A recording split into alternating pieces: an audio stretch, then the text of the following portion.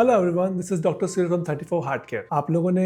बहुत लोगों ने इनफैक्ट क्वेश्चन मुझसे पूछा कि सर शुगर हमारी नसों को कैसे अफेक्ट करती है। मैं ऐसा समझता हूँ कि हम में से बहुत से लोग इसी में कोई कंफ्यूज रहते हैं कि नसें क्या है।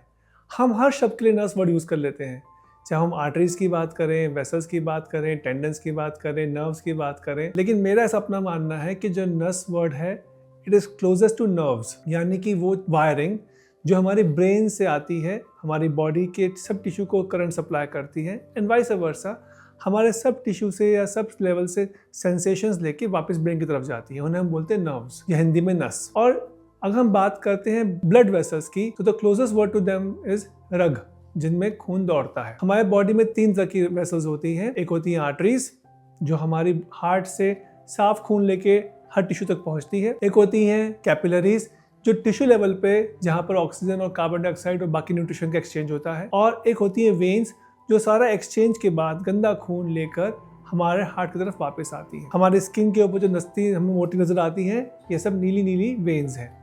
हम जब ड्रिप देते हैं, IV लाइन कैनुला लगाते हैं पेशेंट को, वो सब ज़्यादातर वेन्स में होता है। डायबिटीज़ में हमारी ब्लड वेसल्स कैसे अफेक्ट होती है। डायबिटीज़ जिसमें ब्लड शुगर लेवल 140 से ऊपर रहना शुरू हो जाता है, ये हमारी आर्टरीज और कैपिलरीज को सबसे ज़्यादा प्रभावित करता है। हमारी आर्टरीज और कैपिलरीज के अंदर एक लाइनिंग होती है जिसे बोलते हैं एंडोथीलियल लाइनिंग।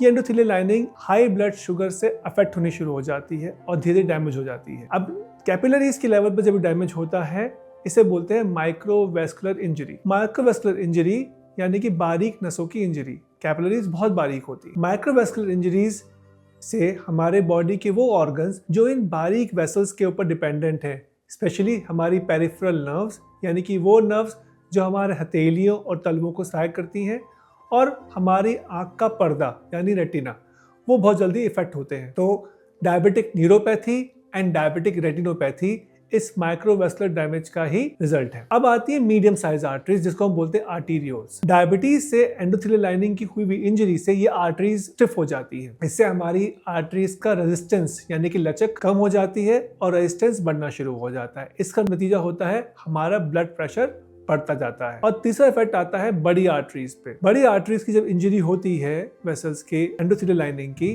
तो वहां पर हमारा कोलेस्ट्रॉल डिपॉजिट होना शुरू होता है।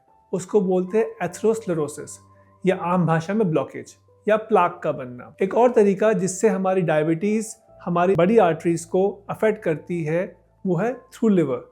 लिवर को अफेक्ट करके हमारी बॉडी का कोलेस्ट्रॉल लेवल बिगड़ जाता है। खराब कोलेस्ट्रॉल की मात्रा हमारे ब्लड में बढ़ती चली जाती है।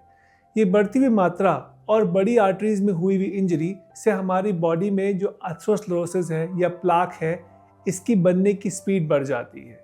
जब ये ब्लॉकेज 70% या 100 ऊपर पहुंच जाती है, तब हमारे मेजर ऑर्गन्स जो इन आर्टरीज पे डिपेंडेंट हैं, जैसे कि हमारा हार्ट और हमारा ब्रेन, उनमें चोट पहुंचती है।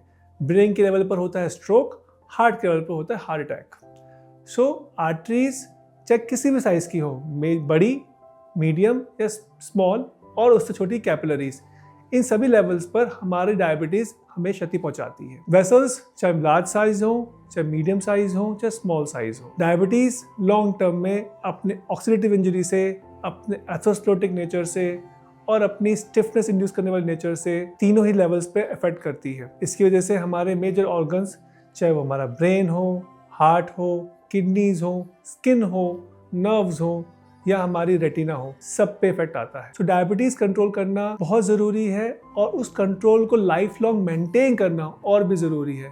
बहुत लोग मिलते हैं जो चीटिंग टाइम पे फ्लक्चुएशंस के साथ रहते हैं कि आज शुगर कंट्रोल कर ली, फिर 3 दिन घर में पार्टी है, फंक्शन है, शुगर बढ़ा ली, फिर ऑन एन एवरेज एक पूरे महीने में उनका गुड कंट्रोल 10 दिन भी नहीं रहता, बाकी 20 दिन फ्लक्चुएशंस में ही रहता है। ये जो फ्लक्चुएशंस हैं ये बहुत ख़राब है हमारी बॉडी के लिए। सिर्फ डायबिटीज़ डॉक्टर के पास जाते वक्त ही आपने 10 दिन कंट्रोल कर ली, 5 दिन कंट्रोल कर ली, या लैब टेस्ट से पहले आपने बिल्कुल 5 दिन स्ट्रिक्ट डाइट फॉलो करके अपनी रिपोर्ट्स नॉर्मल लिया है, that doesn't matter, that doesn't work. Life long time in range control of diabetes is very very important to avoid all these complications. So diabetes management is not just confined to have normal reports, but to live a life with diabetes with a controlled sugar all the day, all the time, is what is required कि आपकी microvascular major vascular कॉम्प्रेशंस कम से कम, या diabetes आपकी artery कम से कम affect करे।